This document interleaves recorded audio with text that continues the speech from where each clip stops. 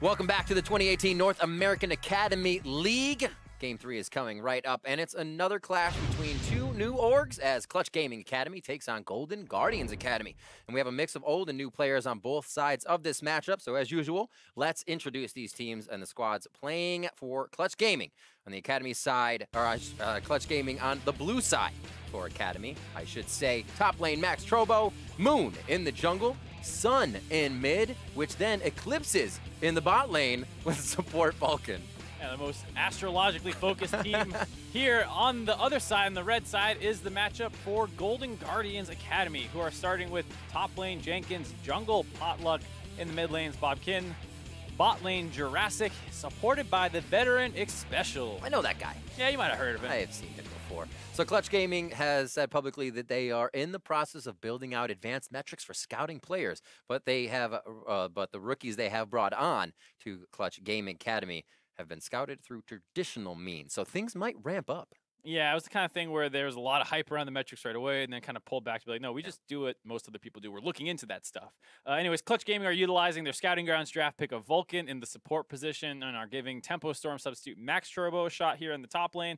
And so that is kind of the foundation of some of their academy team. Obviously, Moon and Piglet are going to be the veterans here, but he is still waiting to return to the United States, and Eclipse instead will get a chance to show off his skills in the Scouting Grounds, where he was originally drafted by Cloud9 under the name of Ash. So he's someone you might have seen around before, but with all the name changes going on with Clutch Gaming, some of these guys you might not know that you actually recognize. Right, and they're facing off against the Golden Guardians, who are also running a team of rookies led by a single veteran with lots of experience in Xpecial. And despite being a lot of other rookies, two other players to look out for here are Bobkin and Potluck. Both players played in the collegiate scene previously, where they were playing for University of Toronto, and they finished second place in the college championship series. And in the same way that Golden Guardians have brought on High to lead the main team of young guys, they're doing a similar idea here with Xpecial, looking to guide these guys and elevate them to the next level of play. Well, it sounds great. I mean, Xpecial obviously been there for quite some time, and from the bot lane, you have a little bit more room to kind of give up what's on the map. And while some players might be disappointed to leave the LCS stage, Xpecial is excited for his role on the Golden Guardians Academy roster. When I was on P1 with Mike Young, I was like, wow, like Mike is super motivated, like he wants to do well, and then I try my best to help him, and I felt like he really was receptive of it, and he was really grateful for it. He, you know, we talk still sometimes, and I'm really happy that I was able to help him in his early time. And I want to do the same thing for these guys and be there for them early, help them, guide them, teach them what I had to go through the hard way, and give it to them on an easy platter, and just help them be the best players they can be. And if I can do that, I'll be super happy.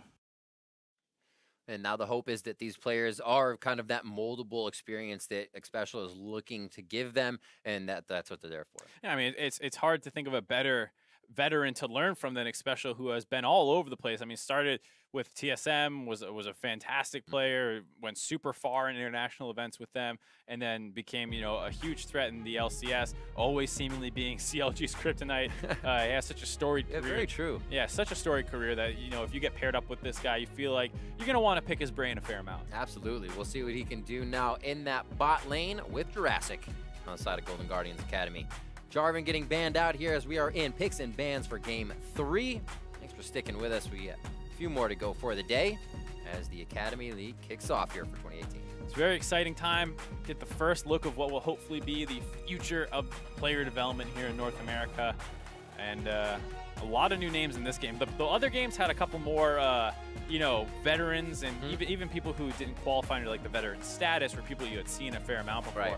Here, it's a lot more new players. I mean, Moon is probably the only guy with Xpecial that you're going to recognize. So, you know, 80% new players here in a way of thinking about it. And you can tell Moon is in the Game 1 by his name. It's pretty easy, but Evelyn ban on the side of Golden Guardians. Yeah, definitely a little bit of a tell when you saw that. He absolutely tore the LCS apart a little bit when he got that champion. So people don't want it. It is a meta right now, actually, in some ways. It's not quite as popular as something like a Jarvan or a Sejuani, but it's getting played in regions across the world and has a fair amount of early game impact. Yeah, very true. It's kind of getting charmed up. You're like, nope, get away, run, back, back, back, back. Becomes such a common word now whenever that happens. A little terrifying. Kalista Rise Jarvan, as we saw on the side of Clutch Gaming. And a final ban here for Golden Guardians. What do they want to take away? What do they feel Clutch Gaming will prioritize? Oh, we'll have to see. It will be Zoe again. We've seen a lot of Zoe bans. But that Ornn, it's left up. The Ornn is up. We'll have to see how highly they prioritize it. Kog'Maw being another thing Also that left up. Yeah, had seen a lot of attention. Gonna go over here first pick.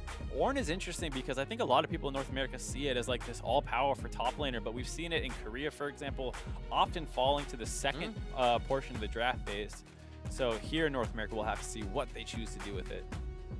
Side of Golden, maybe. Maybe. 3 seconds left on this. Potluck has the choice after. Maybe get something that will synergize with that Ornn on the top side for jungle, or leave that for Bobkin to pick after seeing the next two. Jungle would be a pretty understandable pick here with the Jarvan already thrown out and Sejuani being up. We've seen this a number of times where you try and get that slight mismatch. But as we saw Katie improve, you know, it's not just a draft strategy. You have to execute on it as well. And if you get forced onto a Kha'Zix, but you get 6 kills, did they really punish you? I don't know about that. No. That's the rope-a-dope. You think you got him, and they just come right back at you. Braum locked in. You see these final two, I should say, for first phase here. Moon and Sun to lock it in. Pretty interesting story between those two guys. Sun being ZX, if you've heard of him during your viewing of streams or even following Moon on Twitter, they have a pretty storied bromance. Always sharing their snaps and tweets with each other. It's very interesting. You said Zed? The name is Zed? Yeah, right as I said it. Still, you can kind of see of a Zed player who's going to name themselves Zed. They have a very aggressive mindset. LeBlanc, Zed, Yasuo, maybe one of those thrown in there. Instead, going for the team pick of GP right away. All right, so a little global pressure here if they do need to get some assists on these ultimates coming in from Sun. Not too much protection for that Kog'Maw just yet. Tahm Kench has been a pickup if you don't see the shields around the board, and they still have that option. But what comes in now? More tank with that tank in the top side, and it is possibly the Sejuani. 2 seconds left. Yep, Clutch Gaming deciding that they don't want the Sejuani. It's in this position now where if Golden Guardians don't take it with their last pick, it's pretty likely to get banned out in the second phase. Decide it's the right time to spring on that pick and grab it. Fair amount of targets to throw these at. I mean, Kog'Maw, notoriously immobile. Malzahar, yes, he has that annoying spell shield, but you can break that off pretty quickly with an Ornn ultimate to set up a long-range Sejuani. Yeah. There's a lot of combo tools that, while it is annoying to initially engage on a Malzahar, if you can break that off, he becomes very, very immobile, and Sejuani will have another nice target. Zach taken out. Could see that focus going on to Moon. Jarvan's already been taken out of the game, and we have seen Kha'Zix in the last few plays. Clutch Gaming trying to figure out what would be that next pick, and they're going to focus the 80 carries as they should.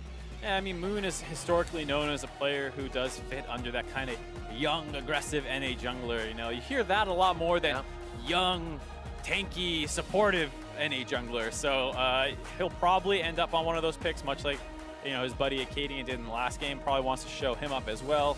Both of them having played in the LCS, having honestly pretty good splits last year.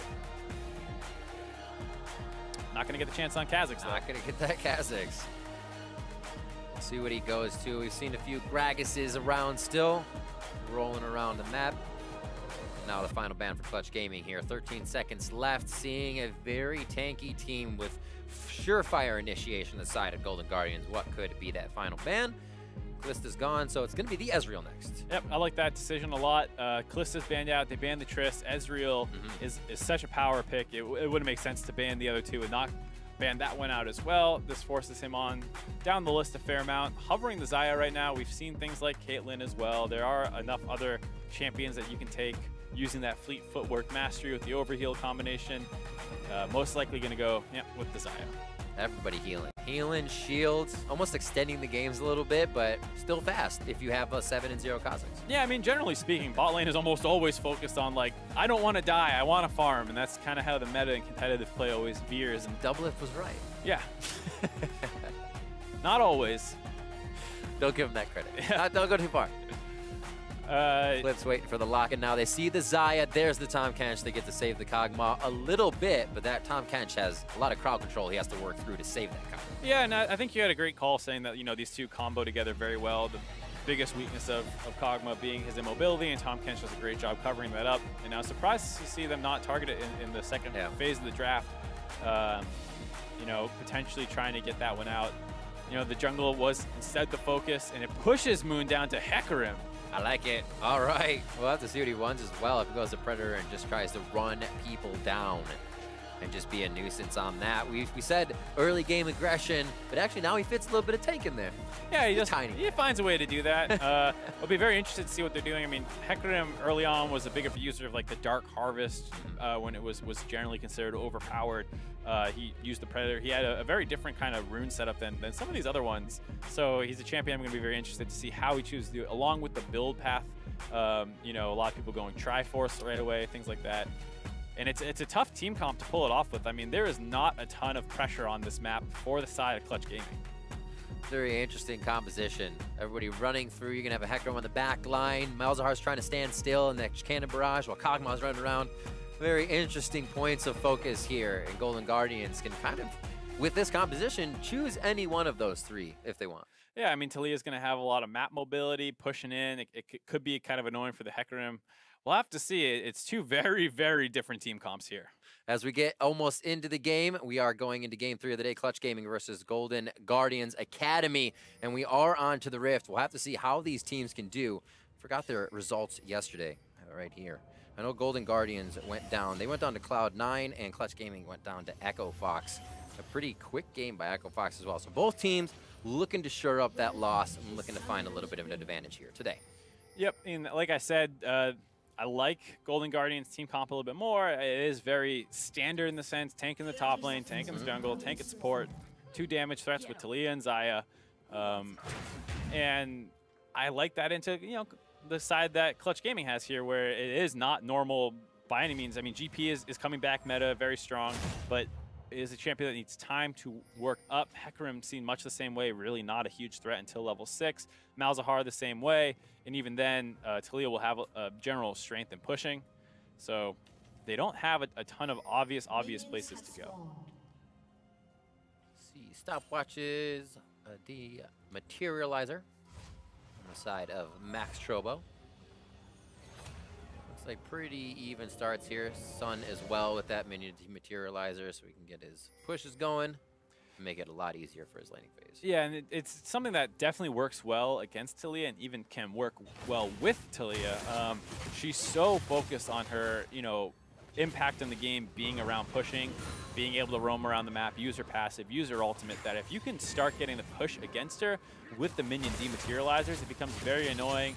She has a harder time dealing with cannon creep, so on that wave is when you'll see a lot of people actually use the dematerializer to kind of neutralize some of those pushes, so you don't have to deal with that stronger cannon minion yourself.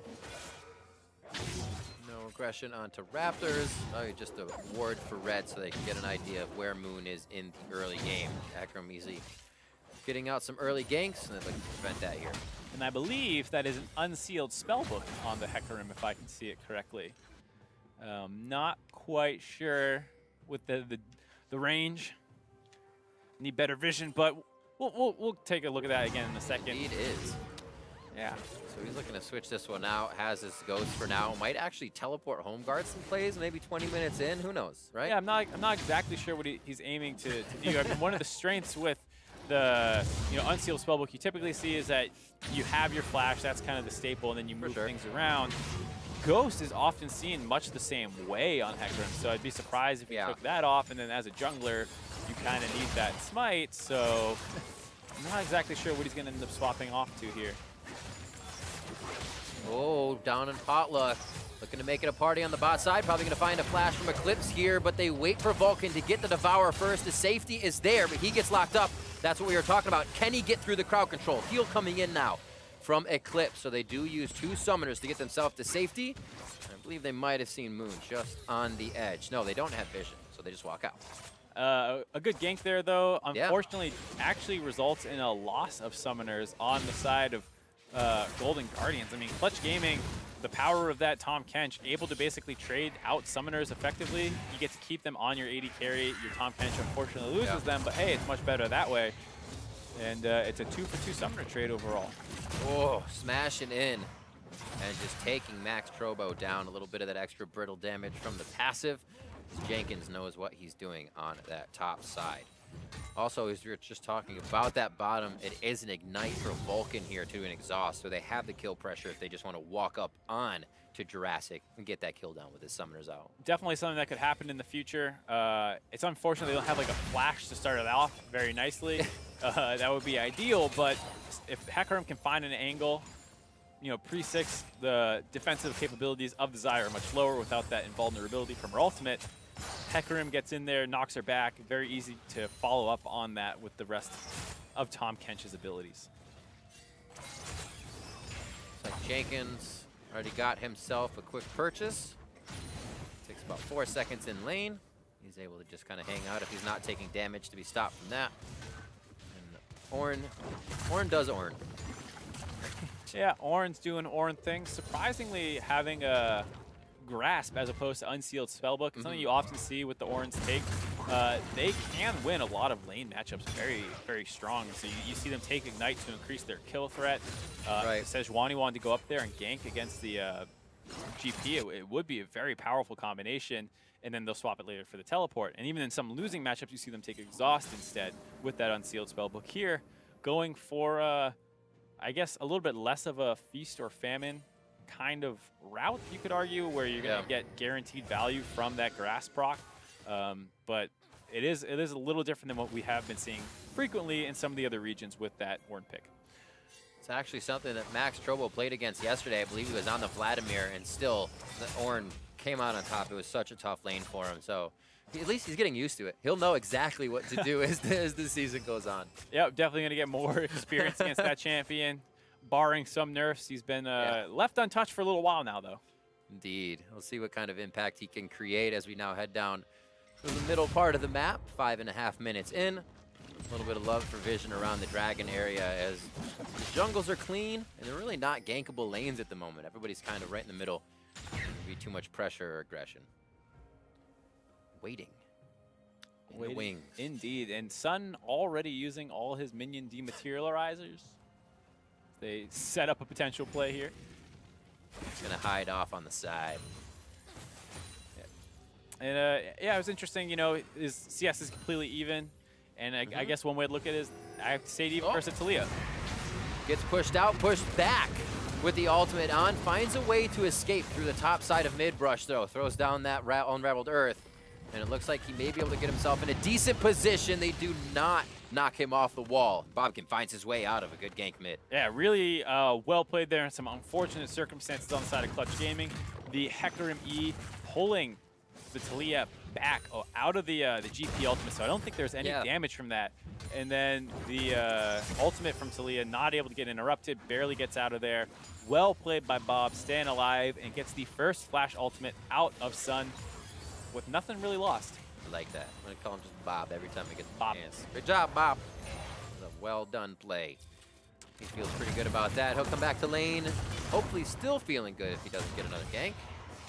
You see this taking a bit of a turn here as Jenkins goes in under a big wave.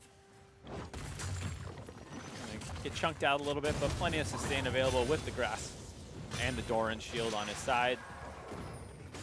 So scary, those cooldowns as well. You really can't even approach. Focusing more with the Glacial Shroud to start things off so he can just keep spitting out spells and damage along with that brittle passive when it procs. A bit of a spike here we could see for Clutch Gaming coming in once a few of these Triforces are finished. Might be able to flex their muscles a little bit if they time that right.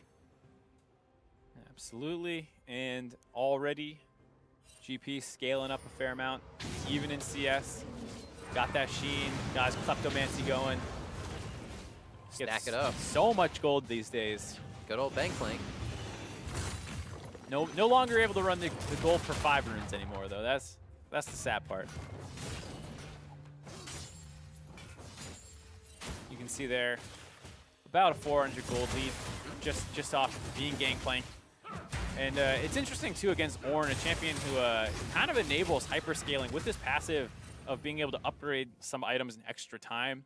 You know, it's something that doesn't factor into every competitive game. A lot of them do end before you really get to see those extra upgrades coming in. But it is a bit of a nice safety net in some ways, where if you get into one of those hyper late game situations where your 80 carries maxed out, Can't do anything else. I've hit my max. it's like, yeah, you got a little bit extra gold now to throw at some items.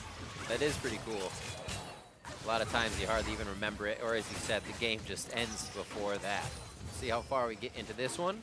We did talk a little bit about that meta. The heals, the shields, you can see relics in the bot lane as it keeps everybody a bit more healthy in the early game as the ganks start flying through. Blue over to Bobkin. He's back to lane, feeling pretty good, but Summoner's just about half up. And escaping that first gank means we have no kills on the board yet. Yep, no kills, and like you said, a very, very stable bot lane. 2 melee supports. They did have that one attempt down there, didn't quite work. Lost the Summoner's been playing safer since then, and with the fleet footwork, Relic Shield starts with overheal. It becomes very hard to make poke really stick down there. You have so many healings through your runes item setup that you just end up sustaining through a lot of stuff. You get the quest, so you start getting more shields completed onto your 80 carry. And it's one of the roles that is the most about consistency of all roles. You know, the 80 carry needs to be able to consistently put out damage. You can't die often in the early game and get blown out and be an item behind. You usually don't have enough utility to make up for that kind of gold deficit. So it's no surprise to see that once people kind of mathed out how stable this was compared to things like press the attack and some other more offensive options, that in the competitive scene, this is what people start defaulting to. See if any action does start to spring from the bot lane. Mistakes can be made. The flashes are also back up here for Jurassic. We see it back from Potluck.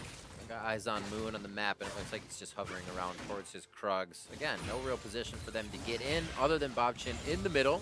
Was saying Bobkin. We will now say Bobchin. That's what it is. It's been something that's been confounding people for years. Having followed him in the collegiate scene for a little while. Always. Having talked to other pros who play against him in Challenger all the time, I rarely hear a consistent pronunciation, but it is Bobchin, let the record state. Well, the best one is when you get to Worlds and players that have kind of not been to Worlds or in that scene, you're like, how do we say your name? And you're like, well, what sounds cooler? And then it like changes for Worlds. So you're like, wait a minute. Uzi most famously, I believe, was a case of that where, you know, Riot Ops asked, you know, how do you want your name pronounced? And some players don't even answer it correctly. They just write their name again as opposed to... Indeed. Yeah. Anyways, a little off topic here. Golden Guardian's going to try and force down onto this Infernal Dragon. Easy peasy, lemon squeezy. Oh, maybe. I'm going to say they throw something over the wall, but it doesn't give any trouble over to Golden Guardians. They pick up an Infernal. Kind of helps spark a little bit more damage. Nicely for Jenkins, too, to be doing more damage in that top lane. The work ground is pretty much all over here for Bobchin. He doesn't look like he's going to be going hard anytime soon. Junglers, little tit for tat as they find each other, but that information is now given to the other lanes. It looks like they just stay calm with that info. Yeah, and I'm watching Moon pretty closely to try and figure out exactly where he's going to go with this unsealed spellbook. In the inspiration tree, Hecarim is very interested in stopwatch and boots, but you can get that just by taking it as a secondary, which is usually what I believe people do. And I thought that they were taking, you know, the hunt. Oh, hold on here. Flash out, heal coming in from Bobchin. Doesn't use the ultimate, and that's the second time we've seen Clutch Gaming try to set up in that top rush. Yeah, well, we were talking about how Talia was going to be the most targeted member on the side of Clutch Gaming here, and we thought Talia should get on the map and force action, but if she's just going to live and absorb the other team's pressure while her side lanes do well, I mean, that's acceptable as well. And like I was saying, with Hecarim, you do want the free boots and you want the stopwatch, but you can get those going secondary and focus on another tree if you want. And I just am not exactly sure what the unsealed spellbook is going to do for him yet, but we'll hold judgment off until we see a little more. Ryu just likes to read, man. I mean, there's also a potential third rune that he's taking that's not one of the keystone ones that's very important, he thinks, and I'm just not sure what he's taken. Definitely going to be one of the games that I look at the post-match, you know, analysis thread to see exactly what people are going to speculate on. What's Moon doing? I mean, right? Moon was in the LCS. Definitely has an idea behind this, you would think. I mean, he's always been a bit of an innovator. Absolutely. That's a good point. Yeah, he was really crazy on the Evelynn train for a long time, one of the only people to play it, and he dominated people with it, and it was, you know, his pocket pick. Maybe he's setting up Hecarim to have a similar reputation here in the Academy. It's going to explode. We'll see in a second. Forgiving over blue. There it is, Sun. Grabs blue, 13.5 in. We are off and running. Now, we'll see what they can continue to pressure as that has been very light from both teams here in the early game. It is a Mountain Drake, and Drake is already in favor of Golden Guardians. It looks like they are setting up that vision once again, just to have a little bit on red and figure out if Moon is ever leaving or crossing the river from his jungle. Yeah, like pretty good vision control for both sides here. Hold on. That's that. I'll be okay to walk this path. I won't take too much damage. Get a little panic. Blood rate spikes a little bit for a second. Oops. Oh, Potluck. Dangerous situation here, but he does have safety in Special just behind him. Looks like he just wants to harass a little bit and call attention from the bot lane. Starting to get a little bit of movement here, but it doesn't look like it's going to put anybody in a scary situation. Sun a little late on the roam, but he was there if need be. Right, and 15 minutes in, both AD carries hitting their first major item power spike. The Ginsu's on the side of Clutch Gaming's Eclipse. And we have Jurassic grabbing that Essence Reaver. And so far, it seems like he's had the push advantage, which is why you see a little bit more play focused on the bot side, on the side of Golden Guardians Academy, trying to find a way to break this game open. Potluck returning down there again, but it is just so difficult to find that backbreaking play that we saw last game, but against Tom Kench. 1, 2, 3 on this bot lane turret. Good bit of damage as they actually throw down the cannon barrage. A rotation as well coming in from Gangplank. And Potluck looks like he's going to be going down. They are going over to Special, but they say, nah, just kidding. We're going to turn around and take him down. First blood going over to Clutch Gaming, and it's the ultimate coming in onto Bobchin in the mid lane. He gets himself to safety just in time. Malefic Visions, and here comes Max Trobo for the kill. Max Trobo getting involved in 2 lanes that aren't even his own right away on GP. Abyssal Voyage to the mid lane, get this cleared up, and get the turret pushed. Really explosive, you know, kind of mid-game here for Clutch Gaming.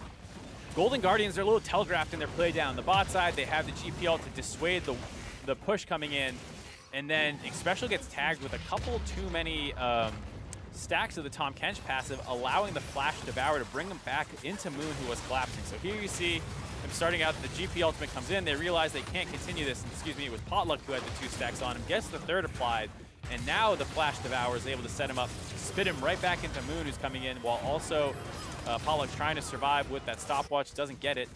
And during this time, it looked like Bobchin wanted to get involved, but Sun had that cut off, and Max Trobo, not even in top lane, Roman mid. There's Max Trobo making use of that Triforce build as well. Just got it. Said my lane's a bit pushed. I'm going to roam after that cannon barrage. Comes up nice. Like you said, 1-0-1. Didn't have to participate in more than one fight. Yeah, great map play overall. I mean, it's pretty easy as GP to fall into this mindset of like, I'm farming, I'm happy, I farm faster than other people. Can't wait to queue or barrel someone. Yeah, and oh, you need help in the bot lane? Okay, I'll ult down there, but it's not common to see that GP roam, and it really caught Bobchin off guard. The Tolia wall. He throws it out. Oh, Eclipse not on the right side of that one. He's going to be a sad puppy, but just enough range there for Vulcan. Acquires a safety taste for Eclipse and devours him. Saves the flash on Eclipse yet again. Very nice to see, but the turret does drop, evening that out, resulting in a 1K gold lead for the side of Clutch Gaming Academy. And a plethora, however you want to say it, put the syllable where you want, of pink words now coming in the side of Golden Guardians Academy. See where they place those, quite telling if they place them forward, things they want to protect, or if it's just for kind of keeping their jungle under wraps. And right now it looks like they're a bit forward, but definitely protected. Yeah, I mean, Mountain Dragon just respawned. You think Fair Mountain's going to get allocated there, but hold on. Oh, hello! The Abyssal Voyage right under the feet of Bobchin. It was almost like a fish chum the waters. Potluck already used that stopwatch earlier. He goes down. And Clutch Gaming is working off of little things that happened just a bit ago and continuing those advantages. Yeah, really tough game here. Like we said, there is going to be a lot of focus in the mid lane. Good job surviving the first 2, but things are starting to come off the rails for Bobchin here. Lost his mid turret means it's a lot less safe in the mid lane. And his team has a ton of pink wards. They know the Dragon's coming up and they want to set up for it, but it looks like Clutch Gaming just got the jump on them here. Able to find the pick off on the mid laner before the enemy team can properly set up. Great wards too. You see the deep ward in mid, allowing them to know if Bobchin did make it out, as well as just around here to see where they need to chase and when they don't need to chase. Something we should be paying attention to with his academy teams is when they know to stop and when something's a little too good. Yeah, I got to trim solo queue habits in the bud. There you go. That's what I was trying to get at. Nib? Nip. That's the word I was looking for. Got it. Yeah, and that's one of the things. You chase all over the map. You got to learn not to do that there. Be happy with that 1-2 kills and go to that dragon, get the objective, reset on the map, and keep the pressure up. Jenkins, pretty quiet game on the top side. Does have a 30 CS lead, but not the map pressure we've been seeing from Max Trobo. Still Ken Orn. We'll have to see what happens when he gets out of lane. That's actually just happening now with a few of those turrets falling. So we'll see who has the better map movement here to set back up, kind of start to control this mid game. 4-0 puts Clutch Gaming in the driver's seat. Absolutely, they're going to have pressure for a good bit here now. But we've seen that before in the first game of the day. TSM had pressure, quickly lost that when they started moving to flip their vision priority to the Baron area. It's still a little early for that. But teams having the bot turret down, now Clutch Gaming focusing on the top side. Both Triforces now done for Moon and Max Trobo. Doesn't look like they're synergizing those at all, as they're just going to pick up the rest of the resources on the map before they move forward. Take forward just behind their red to keep things safe, and the top laners now to the bot side of the map. See how this push starts to work it out. Teleport's becoming a little bit more important now as we get to that 20-minute Baron mark. Yep, looks like Rift Herald will not get taken here, unfortunately, for her not involved in this fight. Baron spawns right as you see side of Golden Guardians trying to get some vision control around it. They don't want any kind of sneaky play to happen. Sun's been the one to activate, and they actually say from Clutch Gaming, we want this fight. You have walked into the frying pan. Clutch Gaming turning this one around, one barrel set down, but it looks like, again, they call it off. They say we may have a little more damage, but we have positioning now, and they'll use that. And they're going to start off this Baron as well. A lot of damage here on the side of Clutch Gaming. Basically, all 4 members that are not support have great Baron damage. They're going to start trying to focus this one down. Working, Talia trying to wall them in. Walled in, they're dodging out a lot of the damage, but they need to block the wall to get it back. Call the Forge God in, both knocked airborne, and the damage is huge. Moon's able to capitalize on a few health bars, but Clutch Gaming is falling left and right as the Golden Guardians are able to find the primary targets. Gotta watch for Sun coming back in from the line. Max Trouble can't even get in to put another barrel down, but there's the Q he was looking for, and isn't even the benefactor of that kill, beneficiary I should say. They are able to pick up a few more kills and an overall 2 for 3. Still going on to Max Trobo, gets the orange in. Everything's gonna be okay. Trade of flashes there between top laners on the tail end of a 3 for 2 in favor of Golden Guardians, but the Baron did go down. Nice Talia wall to try and kick things off. Ends up breaking it to allow his team to get in range, and then a good Ornn ult to kind of get onto the double backline members. This is what we're saying about why Ornn can work really well into Malzahar. First can break the shield, and the second half will do the knockups. They finish the Baron off, but they've all gotten down fairly low, and Bob, Chin, and you see Jurassic fairly healthy. Bob starts getting focused down on by Vulcan. He'll eventually drop as Sun finishes him off. That's going to allow the flash over by Jurassic to pick that one up. Overall, really nice play by Golden Guardians. They were just not quite able to punish fast enough. If they could have got the Ornn ultimate in there just a little bit faster, maybe they can get some DPS down before that Baron dropped. Well, Clutch Gaming now working with a bit of that for 2 more minutes. See where they can put this pressure. Top lane's going to be pushed out, or pushed in, I should say. That's Max Trobo going up there. So even with this fight here, they could have a turret on the other side. Moon throws down the ultimate, and the onslaught is enough to pick up another kill. Potluck's forced to run home. Yeah, Moon's been pretty on point here with his Hecarim ult. In the fight that led to that Baron happening, he initially had a really nice charge, forcing people back into the GP ult from the Fear, and that kept a lot of damage down onto Potluck, which eventually led to that kill. Smites down in that Baron 4 situation. Once again there, finding good angles onto members of Golden Guardians Academy. Again, great use of that power spike here coming in from top and mid lane, and it does not look like they'll stop just yet. Stepping forward, it looks like the fight is being tempted. Eclipse gets knocked in, devoured immediately, and this is the danger he can play with on the front line, but they also have to leave a little bit to escape. It looks like they'll have that distance. Scary situation there, but a nice save by Vulcan. Keeps him alive, but they felt enough pressure to not want to keep going down on that mid inhibitor turret. Gonna reset. With only a minute left on Baron, they might not have a chance to actually break a bot, or excuse me, an inhibitor turret here. Yeah, the map getting switched around with that first turret going down seems to have pushed the advantage towards Clutch Gaming, obviously with the lead, but the ability to get those forward wards down. You can see the top side of the map completely lit up like a light bright for these guys, and they have a good security system if they want to get in and out of scary positions. You see the gold between each team, about 1,000 here to spend for Jurassic as he just cleans up a few more waves. 80 carries are very even. At mid lane, quite even as well. Just a bit of a gold lead that Sun was able to surmount in the beginning of the game. Yep. And overall, the biggest advantage kind of existing in that top side. 3-0-3 by Max Trobo, doing a good job getting involved. The extra gold generation that GP gets, I mean, he's a big force to be reckoned with now. And the side of Golden Guardians does have a slightly immobile backline. If he can find some nice double, triple barrel chains there, he can decimate them. And it's happened. There's actually a quick turnaround. Understands the Ornn play, had a lot better game. Obviously wasn't in a Vladimir Ornn fighting matchup this time, but he did know his role to just farm that Klepto out and keep the money coming in. Now, pretty big factor for his team, being able to split push and get the damage down.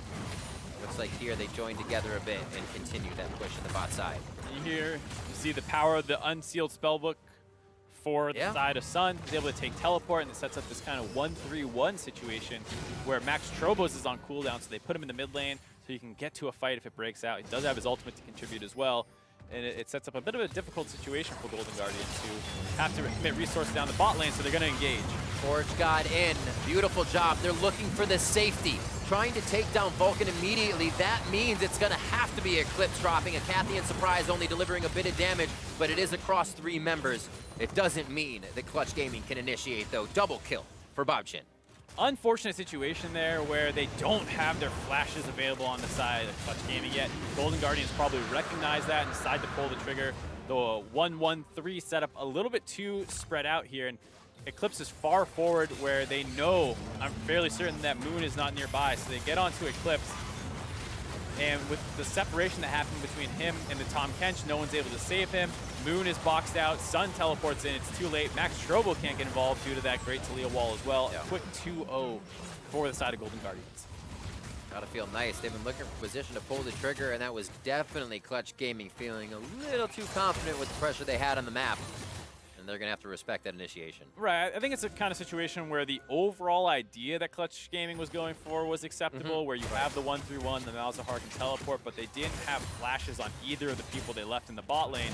And once Moon broke away from there, it was all too obvious for Golden Guardians to pull that trigger. If they played a little safer for the next 20 seconds, 30 seconds, wait for those flashes to come up, I think that was a decent lane setup. Yeah, just because you can doesn't mean you should. Yep, absolutely. That's something every League player should learn. Probably a good life lesson, too. It's a great life lesson. Then it turns right into a better League lesson. 7,000 golden lead. Golden Guardians able to actually close that down just a little bit now with that bottom lane fight. And it leaves Clutch Gaming now in the position to think, how do we do that a little bit differently next time? And keep Eclipse and Vulcan alive. Those two sticking together. Knight's Vow has already been tacked on to Eclipse to keep him a little more safe. And he'll have a Locket of the Iron Solari Shield quite soon. Setting things up on the other side, we can see a few of those items being finished up by Bobchin and the rest of the team. Banshee's failed to keep himself safe with a bit extra power.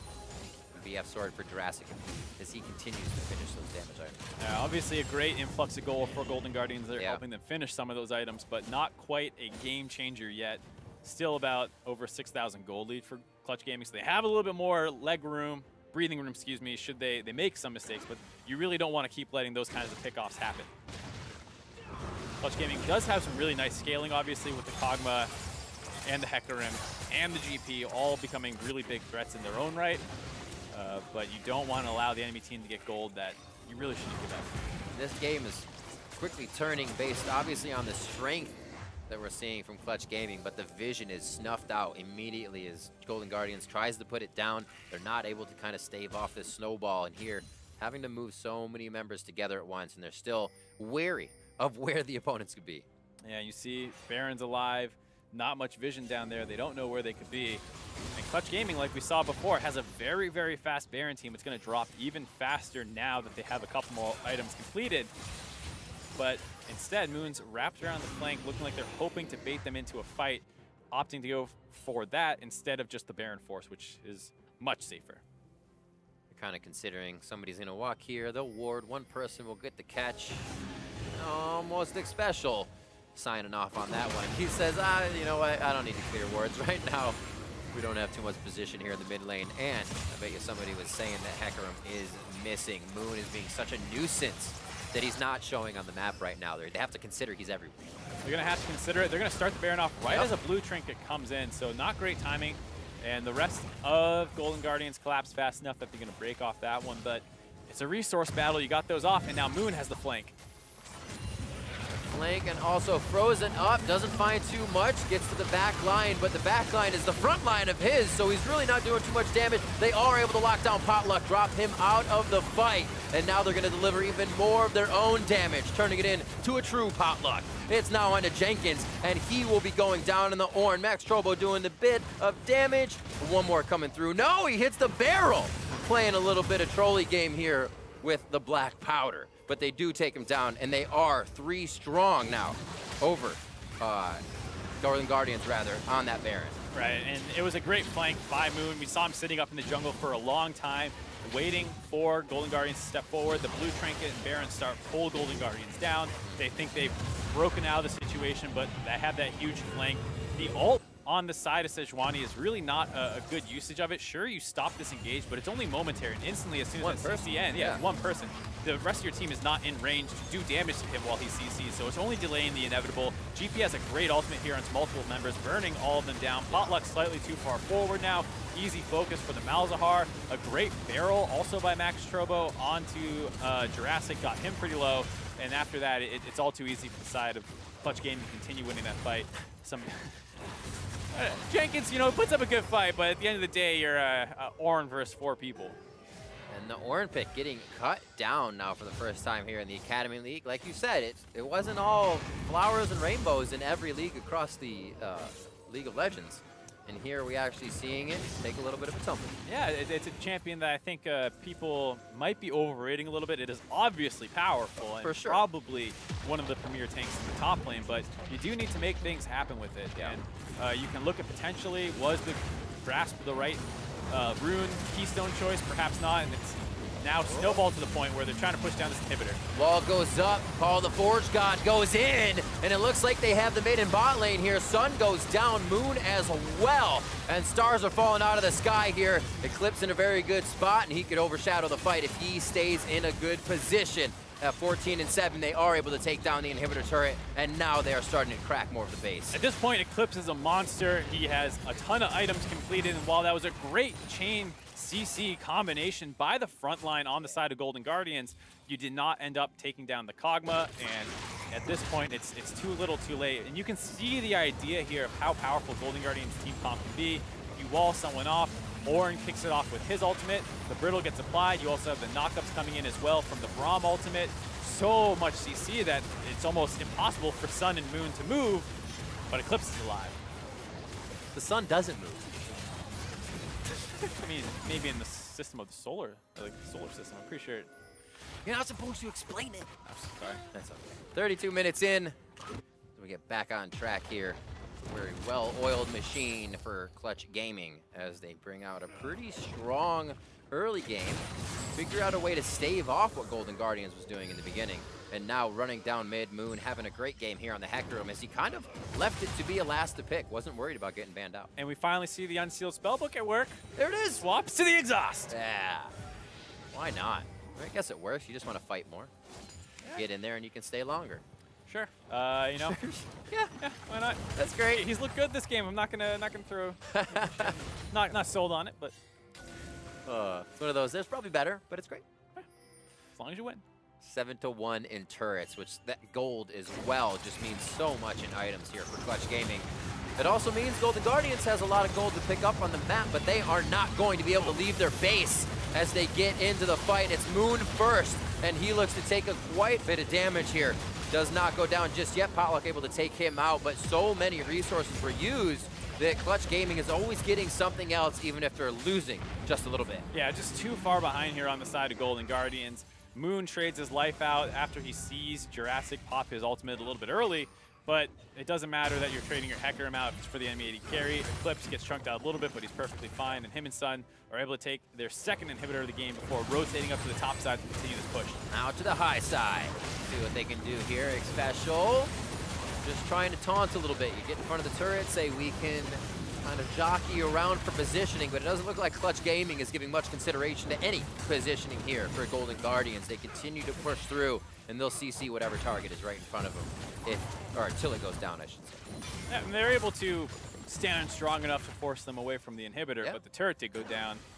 Going to see a quick reset here on a Clutch Gaming before moving back up to the top side. And even to say, hey, we can do that without Moon. These guys, they're feeling good. Like, we can stay. He's one of the few true frontline members here, him and Vulcan. So obviously he's more than capable of pushing through with only the Vulcan alive. Kind of went for, yeah, he's Cinderhulk with Triforce, but then back into the armor. So he kind of had that moment of, I'm huge, but now I can be that frontline tank again. Yeah, I think it's so great. Yeah, it's something that HeckRM does very well with his base damages. You get that Triforce, and you're generally fine to build relatively tanky the rest of the way. Like we knew with the game playing in the top lane, not particularly tanky. You know, probably index a little bit more into tankiness than he would do in other situations, and that's what can make HeckRM a great pick is some of the flexibility, but he did have a pretty good early game. Nothing happened, which is ideal that we were saying for this team comp, where they didn't have much pressure anywhere but mid lane at 6. And then even after the first 2 ganks didn't work mid lane, the rest of Golden Guardians hadn't actually pulled the trigger on anything yet. So they played this game probably too slow, all things considered, as the GP scaled, the Kog'Maw scaled, and the HeckRM scaled. And the hits on Bobchin finally started coming through one after the other as well. Sun had flash up, Moon was there again, and Bobchin went from a very even lane to quite behind. Here, Moon feels pretty aggressive and good enough to get into the fight. Nice block off by Bobchin. I don't know if they can deliver the damage though. Moon right over the wall to help the team on the front side, and Vulcan on the back side. Sun and Eclipse trying to fire in here. They're just getting an acquired taste for Jenkins right now, forcing the flashes on the other side of Golden Guardians. But it's the fight that they were focusing on. The minions are doing the work so far, and they're looking to put the final touches on the base, but very, very careful about it on the side of Clutch Gaming. Yeah, Moon went down in that engage. It was a really nice setup once again by Golden Guardians. The wall putting 3 people into a corner, which leads to very easy Ornn and Braum ultimates that stack up and keep people locked down, allowing them to kill Moon and get out alive. And while the inhibitor does drop, they do stay alive. Double Nexus turrets still available, so a bit of a better position than we saw in game 1. These fights are getting a lot longer here for Golden Guardians. You got the Warmogs being built up, as well as the Adaptive Helm to help from continuous Melzahar damage. It's basically just Eclipse that's going to be chewing through these guys, and we see the fights lasting a little too long for him now. Yeah, I mean, you factor in the CC, if they're able to land on Eclipse, that's DPS downtime, and so that's what's allowing Golden Guardians to find these kills. They're going to have to clean this up a little bit here on the side of Clutch Gaming if they really want to finish this one off, but they have such a map advantage now. With that gold lead, it's very difficult to see them losing this game. A 12-second Baron should be a sweep up, maybe even. They don't know that Golden Guardians have left their base, so this would just be a fight they don't even need. Go ahead and get the vision necessary if they do want to go for it. A pick or back to Baron. Looks like it could be the pick. Youmuu's on. If they can get a slowdown from the barrel, it is onto it special, as they have the call for Jenkins coming over from the top. Whoa, flash forward onto Palak, one of the tankiest members on the team as well. Call the Forge God. Going just a little bit wide, hitting onto Moon. It looks like they're able to get that damage in. Quite a bit of miscommunication there from Clutch Gaming. Unless that's what they wanted, and it was just a little interesting. I would hope that was not exactly what they wanted. That did not turn out so well. Very touch-and-go fight there, where absolutely Sun ends up way ahead of his team, loses his flash, needs the Tom Kench to come in and save him from getting CC'd back on. Moon is not actually in position where he's been flanking great all game in these more open fights, but not quite set there. So by the time he's trying to come in, Ornn's ult dissuades him. And Clutch Gaming have to disengage here. Might lose their mid-turret for it. I was going to say, this would be a perfect time if they would be able to rope Golden Guardians around because of the minions in the base. But like you said, all that map pressure just lost. They got to rethink the situation now. And it might be just another Baron. 2 of those vision wards down for complete denial if one gets taken out. But it is a 50-50 mark. Yeah, and this is look like the teleport's going to come in a little late unless Clutch Gaming slows the Baron damage down, which they do. It's now a 5v5 standoff yet again, but they did get the teleport out. Another minion wave going into the base with super minions that will take down that left Nexus turret. The teleport in from Max Trobo to the wave. They're definitely getting a Nexus turret out of this, and it will call members back. 2 turrets go down at the same time, and Max Trobo looking to get the back door. Not even a back door. He went right into the front on the TP as Golden Guardians was trying to stop the Baron attempt. Max Trobo with the final hit. Clutch Gaming picks up the victory. All right, that's a different way to end the game. Nice teleport backdoor there. After getting the Orns out, he swaps places with him. He's not there to defend. Able to push down both Nexus turrets and the Nexus by himself. How dangerous, and what a game for Max Trobo to actually come through from yesterday's position against a Vlad Orn to his now GP Orn game. Night and day, and he really helped the team from the top lane this time. Right, absolutely. And it wasn't just that final play there. Well, that's obviously a highlight play. He also was able to influence 2 lanes at once while roaming as a GP, which is something you just never see. So a monster performance here out of Max Trobo. Absolutely. Let's actually get that last replay up. I know it just happened, but it's always worth another watch here on the screen to see all this pressure going in, and then, see you later. And he was almost in range, too. If one of them flashed forward to hit, could have been anything. I think it was the kind of thing where it felt like Golden Guardians lost track of him here. They see, you know, the teleport starts coming in, and they ping assist me on the minimap, I think. That's their ping going down. They're pinging that he's going there, and they completely evacuate the Baron, but it's just too late. They have so far to travel. Their recalls are not that fast. He drops the ultimate to stop the Xayah. Talia's doing her best to get in range.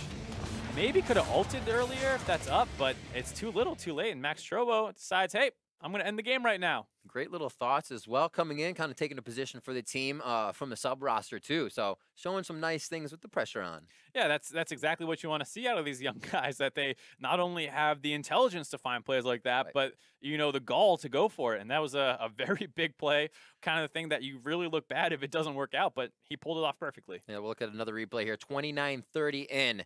A CLG solidified a lead with Baron at the 30-minute mark. And this one, you kind of just wonder, are they going to go for it? Are they tempting the fight? And it was always Clutch at this point tempting the fight. They were kind of behind the calls of Moon here. Yeah, very intelligent shot calling overall. Bait them into the Baron so that they're exposed to give Moon the flank. He was never even close to the Baron, so it wasn't really what they were focusing. Causes panic on the side of Golden Guardians. Throw that all way too early at Moon. Potluck ends up on the other side of the fight now. Too far forward, gets suppressed.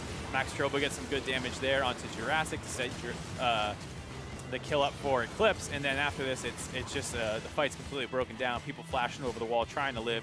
Jenkins does his best to fight. He's able to get that shield up, live a little longer, but too little, too late. Too bad he couldn't make a GA right there. Yeah, just buy it in the shop real quick. Whole thing, well, at once. Use the coupon. Yeah, then you get up and die again.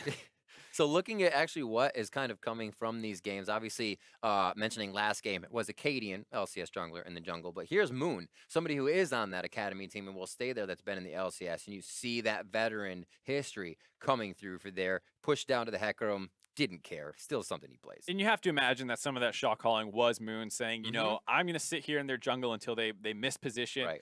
Okay, they're not mispositioning. Go to the Baron, force them to come to us, and then I'll have the flank. And, you know, that's really good shot calling. That's the stuff you want to see more of.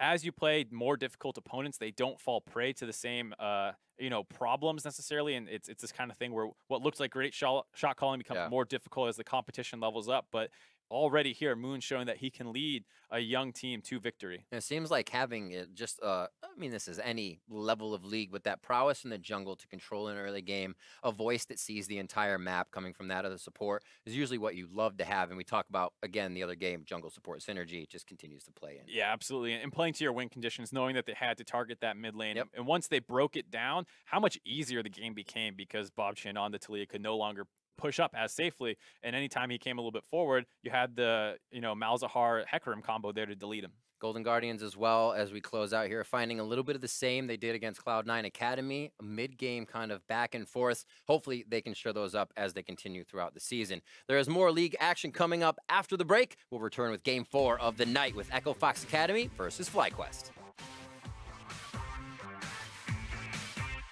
First blood going over to Clutch Gaming, and it's the ultimate coming in onto Bobchin in the mid lane. He gets himself to safety just in time. Malefic Visions, and here comes Max Trobo as the Golden Guardians are able to find the primary targets. Gotta watch for Sun coming back in from the line. Max Trobo can't even get in to put another barrel down, but there's the cue he was looking for. Trying to take down Vulcan immediately. That means it's gonna have to be Eclipse dropping. A Cathian surprise only delivering a bit of damage, but it is across 3 members.